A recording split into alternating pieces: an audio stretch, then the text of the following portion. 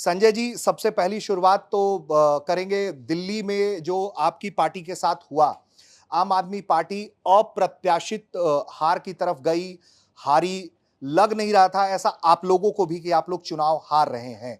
Media के कई धड़े आपको आपको लेकर दावा कर रहे थे कि इस बार स्थिति अच्छी नहीं है। लेकिन दिल्ली में हार का क्या सबक लिया आपने? देखिए, मुझे लगता है कि अगर काम की दृष्टि से देखेंगे तो पिछले 10 साल में दिल्ली की जनता के लिए जितना काम आम आदमी पार्टी की सरकार ने किया, इसका कोई उदाहरण पूरे देश की किसी राज्य सरकार के द्वारा आपको नहीं मिलेगा। तो बिजली फ्री दिया, पानी फ्री दिया, शिक्षा बच्चों के लिए फ्री किया दिल्ली में, हॉस्पिटल्स में दवाएं मुफ्त की, मोहल्ला क्लिनिक बनाया जिसमें 200 तरह की जांच फ्री होती थी, अल्ट्रासाउंड फ्री होता था, फ्री में इलाज होता था लोगों का। तो महिलाओं के लिए बस की यात्रा फ्री की दिल्ली में। सारी सुविधाएं जो एक इंसान के ज़िंदगी की मूलभूत आवश्यकता होती है, वो सब फ्री में निःशुल्क उपलब्ध कराने के बावजूद दिल्ली में मुनाफे का बजट दिया आम आदमी पार्टी की सरकार ने। तो निश्चित रूप से अगर आप काम की बात करेंगे तो आम आदमी पार्टी की सरकार ने 10 साल में अनुकरणीय काम करके दिखाया है। हाँ, ये ज़रूर है कि पिछले जो 2 साल थे सरकार के, उसमें हमारे काम को बाधित किया गया, सीवर के काम को, पानी के काम को, हमारे नेताओं को झूठे आरोपों में जेल में डाला गया, चाहे वो मनीष सिसोदिया जी थे, सत्येंद्र जैन थे, अरविंद केजरीवाल जी थे, तो सबको, मुझे भी पकड़ के जेल में डाला। तो झूठे आरोप लगा के जेल में डाला, काम को बाधित किया और चुनाव में सरकारी तंत्र का खुलेआम दुरुपयोग किया।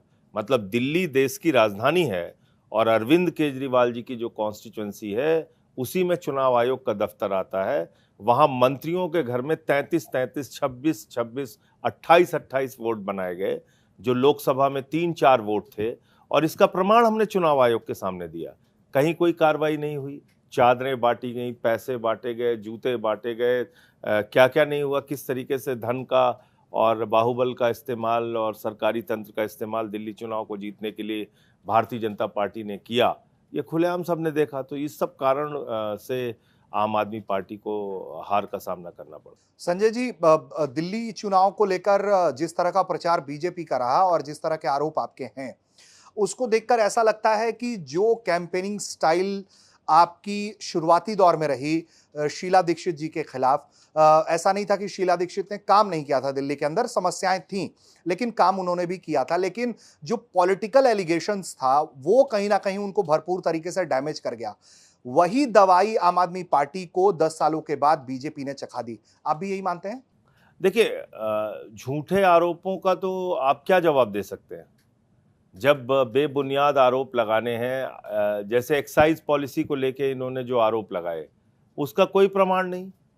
किसी के घर से कोई पैसे की बरामदगी नहीं हुई, किसी के घर से कोई सोना, कोई गहना, कोई जायदाद के कागजात नहीं मिले, कोई फ्लैट, कोई बंगला नहीं मिला किसी का। लेकिन उसके बावजूद सबके ऊपर बड़े बड़े पहाड़ों जैसे मनगढ़ंत आरोप लगाए गए, भ्रष्टाचार के, जेल में डाल दिया गया झूठे आरोप लगा के। तो मुझे लगता है कि अगर आपको झूठा आरोप लगा के, बेबुनियाद आरोप लगा के आपकी सरकार को काम करने नहीं दिया जाएगा, तो ये तो एक लोकतंत्र की हत्या करने जैसा काम है। इसको कहीं से भी सराहा नहीं जा सकता। हाँ, ठीक है, आप इन हथकंडों से चुनाव जीत सकते हैं, जो कि बीजेपी चुनाव जीत गई, लेकिन लोकतंत्र की निगाह से अगर आप देखेंगे तो ये तो अच्छी बात नहीं है कि आप एक चुनी हुई सरकार को, जो 62 सीटें लेके आई है, उसको आप काम न करने दें और रोज ऐसे अड़ंगे खड़े करें और झूठे आरोप लगाएं। संजय जी, जो बात आप कह रहे हैं, क्योंकि आम आदमी पार्टी एक मोटे लकीर पर इस लाइन पर दिखी कि आपने ये जो हाइलाइट्स किए हैं कि मंत्रियों के बंगले में 33-33, 32-32 वोट बना दिए गए, जिसको लेकर आप चुनाव आयोग तक गए। लेकिन आम आदमी पार्टी की राजनीति का एक और स्टाइल रहा है जिसमें वो कोर्ट भी जाते हैं, और आप लोगों की तरफ से हमेशा ये कहा गया कि कोर्ट न्याय करेगा। दिल्ली की जब लिजिमिटेट शक्तियों की बात हुई, शक्तियों के बंटवारे की बात हुई, तो आप लोग अपनी राय रख रहे थे और सुप्रीम कोर्ट और तमाम जगहों पर केस लड़ रहे थे। इस मसले में क्या स्टेटस है? कोई केस मुकदमा भी आप लोगों ने किया, या फिर ये मामला चुनाव आयोग के दफ्तर तक जाकर सिमट गया? देखिए, ऐसा है कि चुनाव आयोग के मामले में जो न्यायालयों का रुख रहता है वो कहीं ना कहीं चुनाव आयोग पे सारी बातों को छोड़ देता है न्यायालय, क्योंकि चुनाव आयोग के बारे में ये मानता है न्यायालय कि भाई ये एक स्वतंत्र संस्था है और इसमें हमें कम से कम हस्तक्षेप करना चाहिए। तो वो उसके कारण से आप देखिए, सारा कुछ छोड़ दीजिए, आप ईवीएम के मसले पर जो सवाल थे उसका आज तक उत्तर चुनाव आयोग ने नहीं दिया है। लेकिन सुप्रीम कोर्ट जब हम लोग गए तो सुप्रीम कोर्ट से तो कोई वहाँ ऐसी राहत मिली नहीं। जो ईवीएम का सिस्टम उनका चल रहा था, जो ईवीएम को लेके सवाल थे, वो आज भी बने हुए हैं। इसी तरह से दिल्ली में चुनाव आयोग के जो सबसे आला अधिकारी हैं उनसे मिल मिल के हम लोगों ने शिकायत की, एक एक चीज़ का प्रमाण दिया, उसके बावजूद उनको कुछ नहीं दिखा। तो न्यायालय में जाके मुझे लगता है वक्त की बर्बादी के अलावा कुछ होना नहीं है, और तारीख पे तारीख जो न्यायालयों का सिस्टम है पड़ता रहेगा और कुछ हासिल नहीं होगा।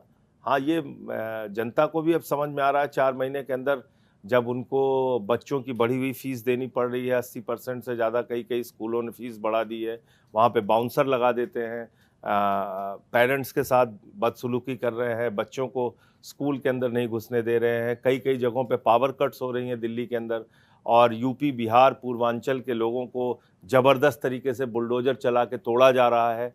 ये तो हो रहा है ना। और इन सब चीज़ों के लिए हमने आगाह भी किया था। केजरीवाल जी ने वीडियो बना के और प्रेस कॉन्फ्रेंस करके कहा था कि भाई अगर ये सरकार आई तो ये झुग्गियां तोड़ने का काम करेगी। आप सोचिए, चुनाव के पहले बीजेपी नेताओं ने झुग्गियों में रात बिताई, वहां रुके, वहां उनका खाना खाया, उनका नमक खाया, और नमक खाने के बाद चुनाव के बाद उनकी झुग्गियां तोड़ रहे हैं।